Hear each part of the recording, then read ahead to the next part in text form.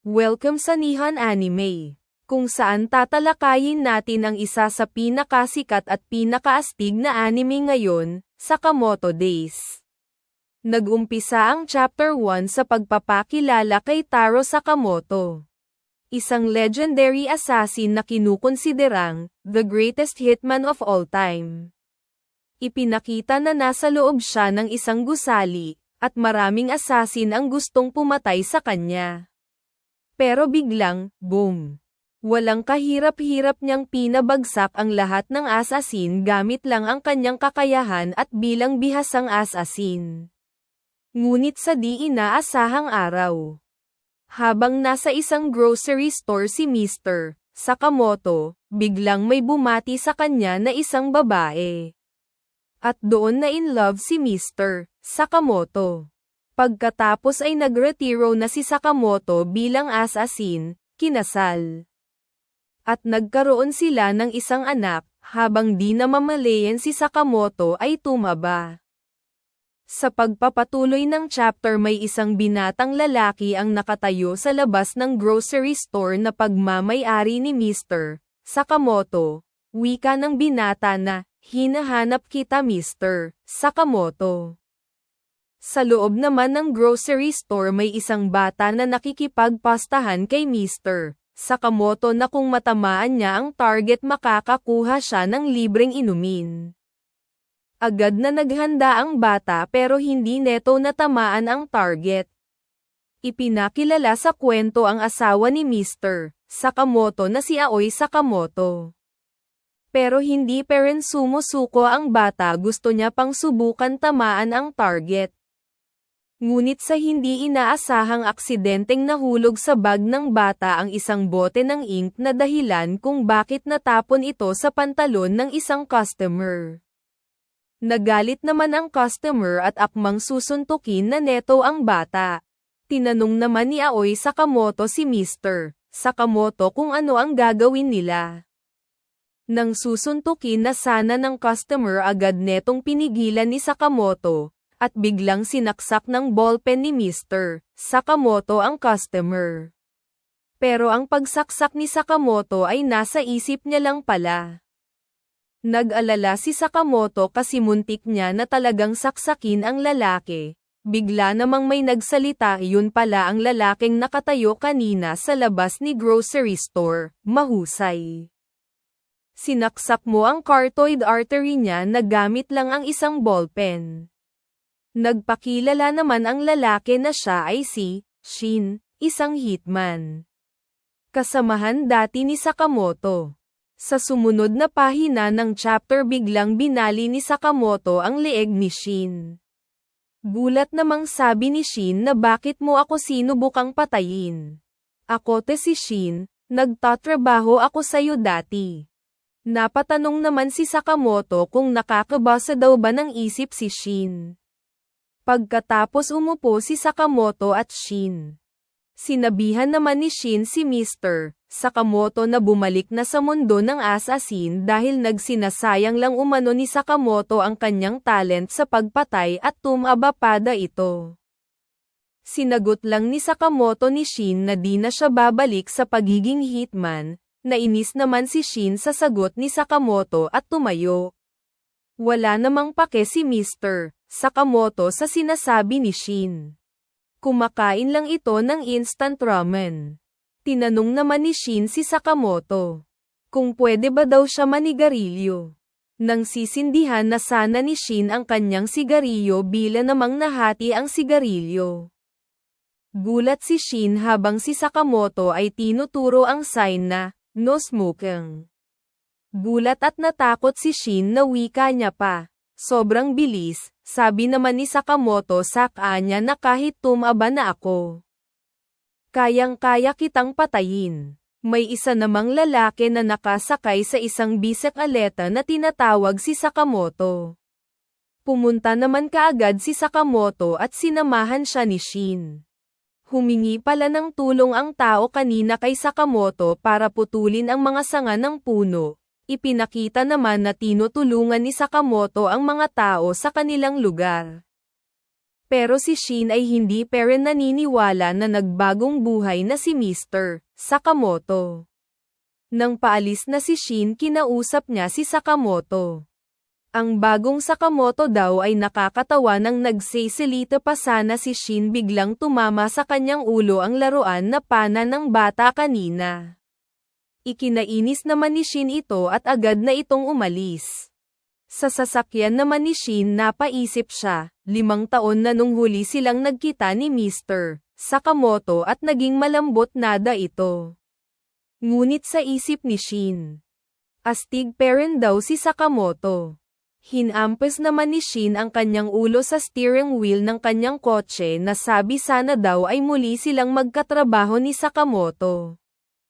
Tumunog naman ang telepono ni Shin at sinagot niya ito. Nagsalita naman ang tumawag kay Shin na, "Napatay mo na ba si Sakamoto, Shin?" Panipi tuldok. Sumagot naman si Shin na kailangan ba talaga nating patayin si Mr. Sakamoto? Tumaba na si Sakamoto. Hindi na siya katulad ng dati. Sumagot naman ang boss ni Shin na, "Alam mo naman ang rules ng organisasyon na hindi ka pwedeng tumalikod bilang hitman." At sinuwi ni Sakamoto ang rule na yun. Hindi natin siya pwedeng hayaan na mabuhay. Nagbanta naman ang boss ni Shin na kung di magawa ni Shin ang trabaho niya, marami namang papalit sa kanya. Walang magawa si Shin dahil kung hindi niya mapapatay si Sakamoto, meron din papalit sa kanya upang patayin nila ito. Nang kinagabihan, agad nang naghanda si Shin para patayin si Sakamoto. Kinabukasan bumalik si Shin sa tindahan ni Sakamoto at nakasalubong niya si Aoi. Binati naman ni Aoi si Shin, at inaya naman ng bata si Shin na maglaro. Pero humingi lang ng tawad si Shin sa bata. Pumasok si Shin sa tindahan at nakita niya si Mr. Sakamoto na nagbabasa ng dyaryo. Wika ni Shin, "Oy, Mr. Sakamoto, mukhang kailangan ko na umalis sa lungsod na ta. So naisipan ko na dumaan dito at biglang."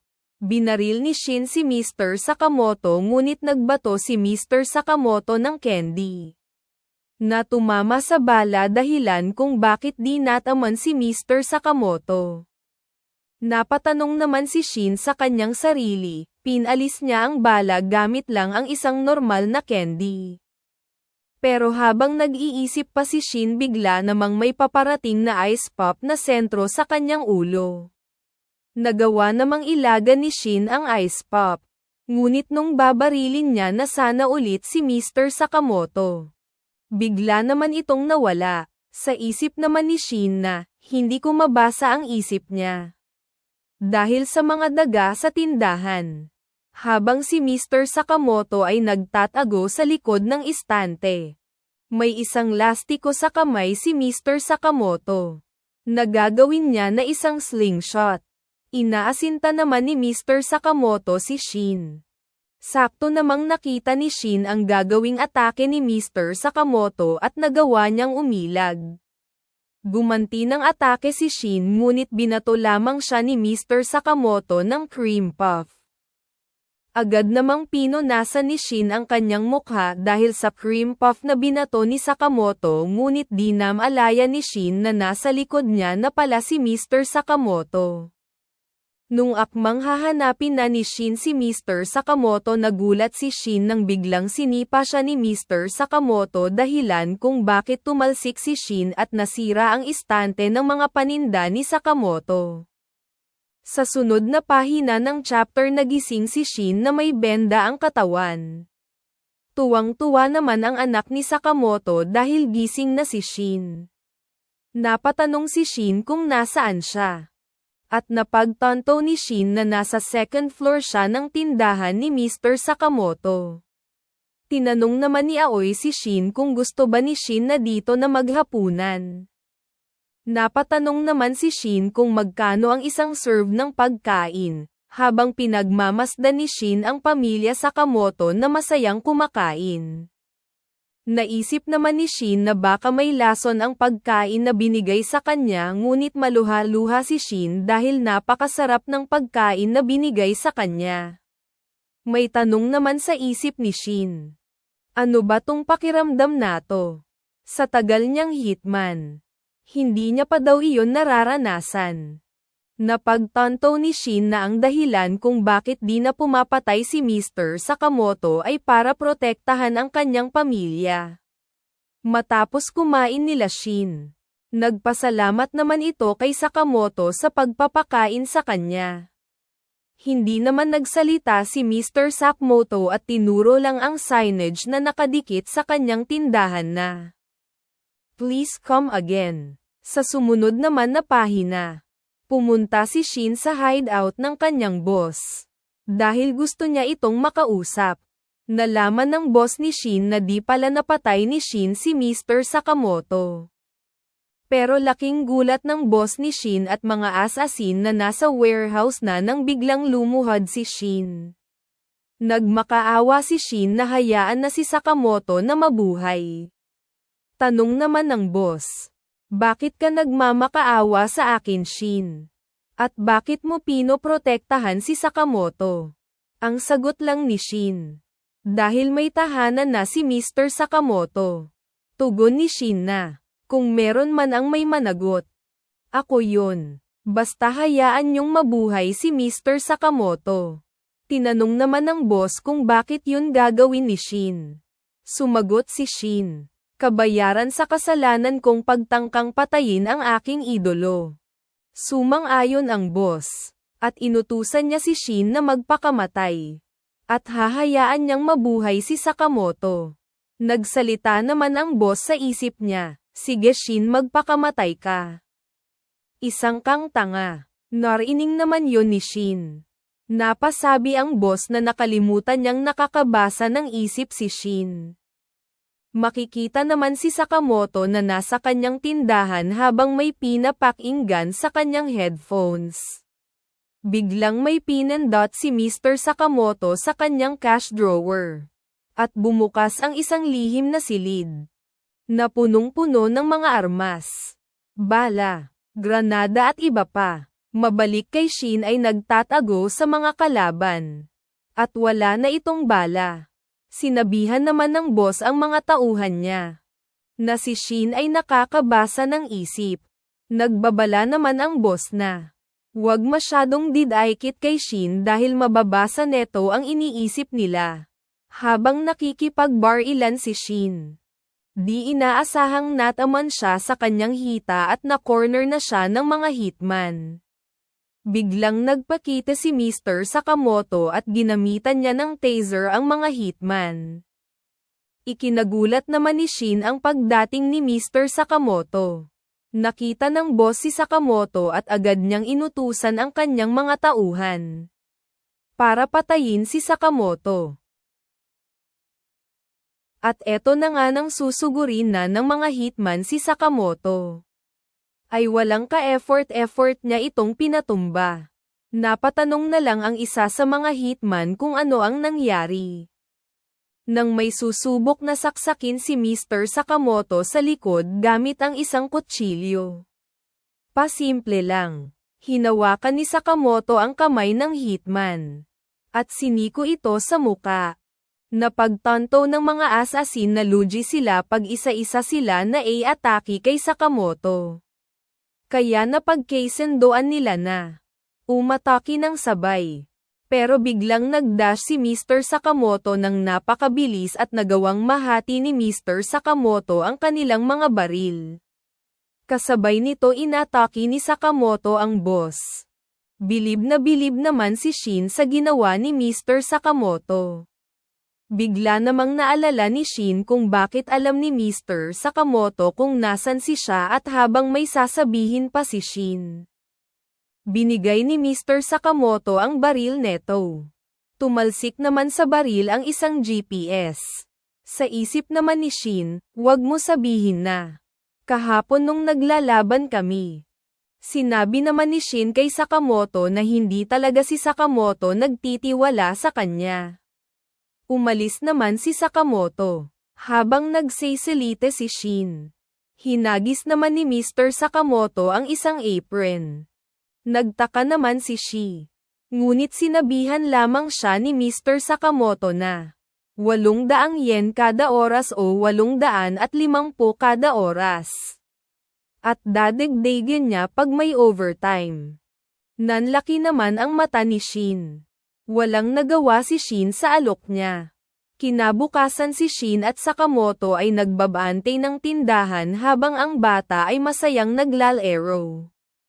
Sabi naman ni Shin kay Mr. Sakamoto na, "Pwedeng wag kang kumain ng ramen sa tabi ko. Suot ko tong bagong damit." Dumating naman sa tindahan and asawa ni Mr. Sakamoto at ang kanyang anak. Binati naman ni Aoi si Shin na maganda ang suot neto. Nag-blush naman si Shin nang marinig niya ito. Napansin naman ni Mr. Sakamoto at Shin ang isang matandang babae na hirap sa paghanap ng detergent sa tindahan. Tinulungan naman ni Shin ang matanda at nagpasalamat eto kay Shin. Wika naman ni Aoi kay Sakamoto na mukhang matutulungan daw sila ni Shin. Makikita naman ang bata na kinukulit si Shin na nagtatrabaho. At doon nagtatapos ang unang chapter ng Sakamoto Days. Paki-like and follow naman po ang ating Facebook page. Nasa description ang link.